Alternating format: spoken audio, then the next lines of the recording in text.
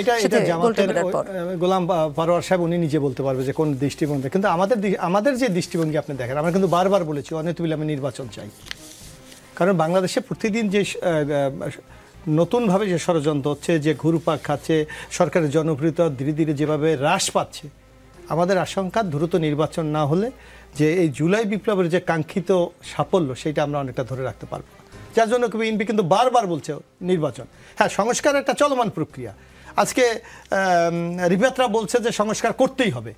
এখন তাদের নেতারা বলছে যে শেখ হাসিনার ফাঁসি না পর্যন্ত নির্বাচন হবে না। কারণ শেখ হাসিনার ফাঁসি 100 বছর হবে না, 100 বছর কি বাংলাদেশে নির্বাচন হবে না?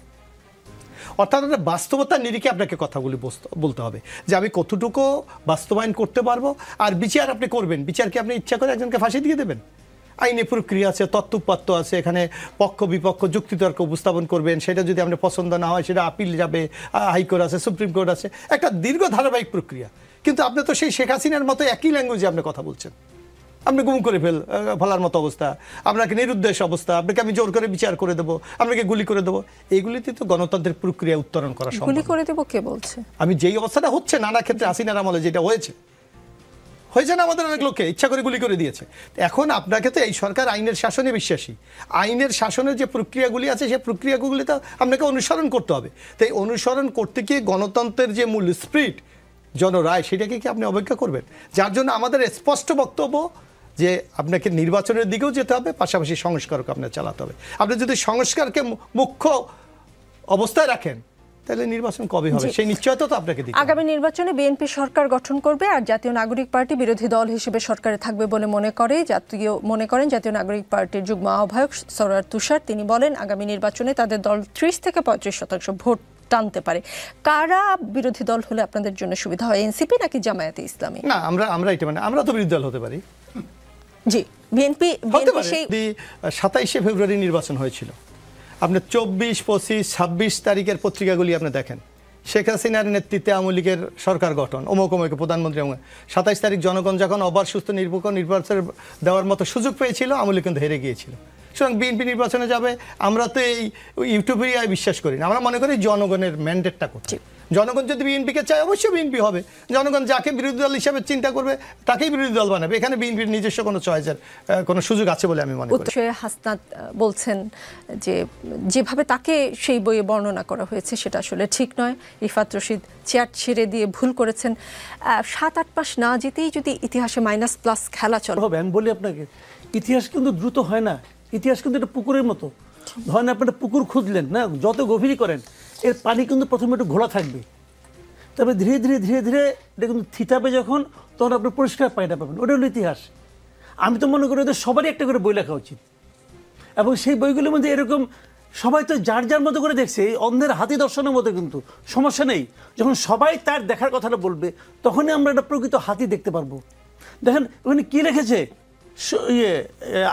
আসিফ মাহমুদ, প্রথমে আপনি পড়ছেন, আমি কিন্তু খালি একটা শব্দ খেলে আমি এখান থেকে নোট করছি, সেটা হলো শুনলাম। ওরা গিয়েছে, উনি কিন্তু বলে নাই আমি দেখলাম গিয়েছে, উনি শুনেছেন কারো না কারো কাছ থেকে। সেই শোনাটা ভুল হইতে পারে, এবং উনি যে বললেন শুনলাম গিয়েছে, তারপরে আজকে হাসনাত বলতেছেন আমি যাইনি। এখানে কিন্তু আমরা একটা পেয়ে গেলাম যে আসলে কি হয়েছে। তো এইটা তো খুব ভালো। আমি কিন্তু ইতিহাসের এখনই তো হবে এগুলি এখন আরো বেশি বেশি হওয়া উচিত। আমি এটাকে সাপোর্ট করি, আমি রিকোয়েস্ট করি পার্সোনালি যে উনি একে লেখুক, প্রত্যেকে একটা করে লেখুক। আমরা যারা দর্শক ছিলাম, আমরা যারা দূরের থেকে কিছু কিছু ভূমিকা রাখার চেষ্টা করছি, দুই একটা কথাবার্তার মাধ্যমে আমাদেরও অবজারভেশনগুলি দেওয়া উচিত, আপনারাও দেওয়া উচিত। আপনারা অনেক বড় ভূমিকা রাখতেন। এই সবগুলি মিলিয়ে কিন্তু একটা ইতিহাস আসবে, এবং সেটা 5-10 বছর পরে আসবে না, 50 বছর পরে আসবে। উত্তর আমাদের দেশে ভারতের সম্পর্কের সাথে মানে যদি আলোচনা হয়, কোনো ধরনের কোনো প্রভাব রাখতে যাচ্ছে, মানে সরকারের ভিতরে এটা নিয়ে কোনো ভাবনা, দুশ্চিন্তা কোনো কিছু আছে কি? কোনো দুশ্চিন্তা নেই। প্রথম কথা হচ্ছে, একজন মার্কিন কর্মকর্তা এসেছেন ভারত সফরে। ওনারা সাধারণত ভারত এবং মার্কিন তাদের স্বার্থ সংশ্লিষ্ট বিষয় নিয়ে আলোচনা করবে।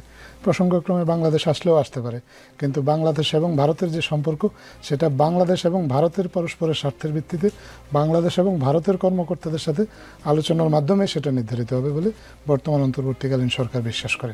আবার যখন মার্কিন যুক্তরাষ্ট্রের সাথে বাংলাদেশের সম্পর্কটার বিষয়টা আসবে, তখন বাংলাদেশ এবং মার্কিন যুক্তরাষ্ট্রের কর্মকর্তাদের সাথে আলোচনা করে সেটা নির্ধারিত হবে। এখানে তৃতীয় পক্ষ বা ত্রিপাক্ষিক কোনো বিষয় আছে বলে আমরা মনে করি না। আমরা মনে করি যে প্রত্যেকটা দেশের অধিকার আছে তার নিজস্ব পররাষ্ট্রনীতি ঠিক করা, এবং আরেকটা দেশের সাথে তার সম্পর্কটা কী হবে সেইটা ওই সংশ্লিষ্ট দেশের সাথে আলোচনা করেই নির্ধারণ করার। বাংলাদেশ ভারত সম্পর্কটাও একই রকম। সেখানে অন্য কেউ, যেহেতু ভারত বাংলাদেশের বৃহত্তম প্রতিবেশী, একই সাথে যুক্তরাষ্ট্র বাংলাদেশের অন্যতম উন্নয়ন অংশীদার, তারা যদি তাদের আলোচনায় বাংলাদেশ নিয়ে কথা বলতে চায় তারা কথা বলতে পারে, কিন্তু সেই কথার প্রভাব বাংলাদেশের পররাষ্ট্রনীতি বা বাংলাদেশ ভারত সম্পর্কের মধ্যে আসবে বলে আমাদের মনে হয় না। জি, এটা হবে ঈদের পর, সেটা আভাস পাওয়া গেছে বিএনপির কথাবার্তায়। আজকে গোলাম পরোয়ার সাহেবও বললেন দ্রুত নির্বাচনের রোডম্যাপ চায় তারা। সরকার কি ভাবছে এই রোজার মধ্যে বা এই মাসের মধ্যে নির্বাচনী রোডম্যাপ দেওয়ার ব্যাপারে কোনো প্রেশার ফিল করছে না? সরকার তো রোডম্যাপ দিয়েছেই, সরকারের নতুন করে আর রোডম্যাপ কে দেবে? যে রোডম্যাপটা দিয়েছে সেই অনুযায়ী সরকার কাজ করছে। রোডম্যাপ ডিসেম্বর জুন, রোডম্যাপে আসলে দুইটা সম্ভাব্য গন্তব্যের কথা বলা হয়েছে। মাননীয় প্রধান উপদেষ্টা বলেছেন যে নির্বাচনে ট্রেন যাত্রা শুরু করেছে। এখন ট্রেনের গন্তব্যটা কোথায় হবে, কখন? ট্রেনটা ডিসেম্বর মাসেও থামতে পারে অথবা জুন মাসেও গিয়ে থামতে পারে। এটা নির্ভর করবে অনেকগুলো ফ্যাক্টরের উপর। সেই ফ্যাক্টরগুলো কি আমরা এতক্ষণ আলোচনা করেছি। আমরা সেই আলোচনার মধ্যে দিয়ে আমরা নিশ্চয়ই একটা সমাধানে আসব, এবং সেই সমাধানের জন্য যে রাজনৈতিক দলগুলোর যে গঠনমূলক একটা ভূমিকা সরকার প্রত্যাশা করে সেটা যদি হয়, বা রাজনৈতিক দলগুলোর কাছে তো সংস্কারের প্রস্তাবগুলো গিয়েছেই, আপনার ভাষায় সকল প্যাকেজ বা আমাদের ভাষায় হচ্ছে সংস্কার প্রস্তাবনা, এগুলো নিয়ে ওনারা ওনাদের মতামত যত দ্রুত দিবেন, যত দ্রুত একটা সিদ্ধান্তে আসা যাবে তত দ্রুতই সিদ্ধান্ত বাস্তবায়ন করা যাবে। এর বাইরে এসে নিয়ে আসলে খুব বেশি বিভ্রান্তির কোনো সুযোগ নেই। বৃহস্পতিবার রাত 9টায় আবারও দেখা হবে, সাথেই থাকুন।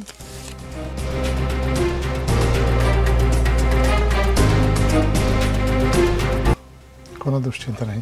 প্রথম কথা হচ্ছে, একজন মার্কিন কর্মকর্তা এসেছেন ভারত সফরে। ওনারা সাধারণত ভারত এবং মার্কিন তাদের স্বার্থ সংশ্লিষ্ট বিষয় নিয়ে আলোচনা করবে। প্রসঙ্গক্রমে বাংলাদেশ আসলেও আসতে পারে, কিন্তু বাংলাদেশ এবং ভারতের যে সম্পর্ক সেটা বাংলাদেশ এবং ভারতের পরস্পরের স্বার্থের ভিত্তিতে বাংলাদেশ এবং ভারতের কর্মকর্তাদের সাথে আলোচনার মাধ্যমে সেটা নির্ধারিত হবে বলে বর্তমান অন্তর্বর্তীকালীন সরকার বিশ্বাস করে। আবার যখন মার্কিন যুক্তরাষ্ট্রের সাথে বাংলাদেশের সম্পর্কটার বিষয়টা আসবে, তখন বাংলাদেশ এবং মার্কিন যুক্তরাষ্ট্রের কর্মকর্তাদের সাথে আলোচনা করে সেটা নির্ধারিত হবে।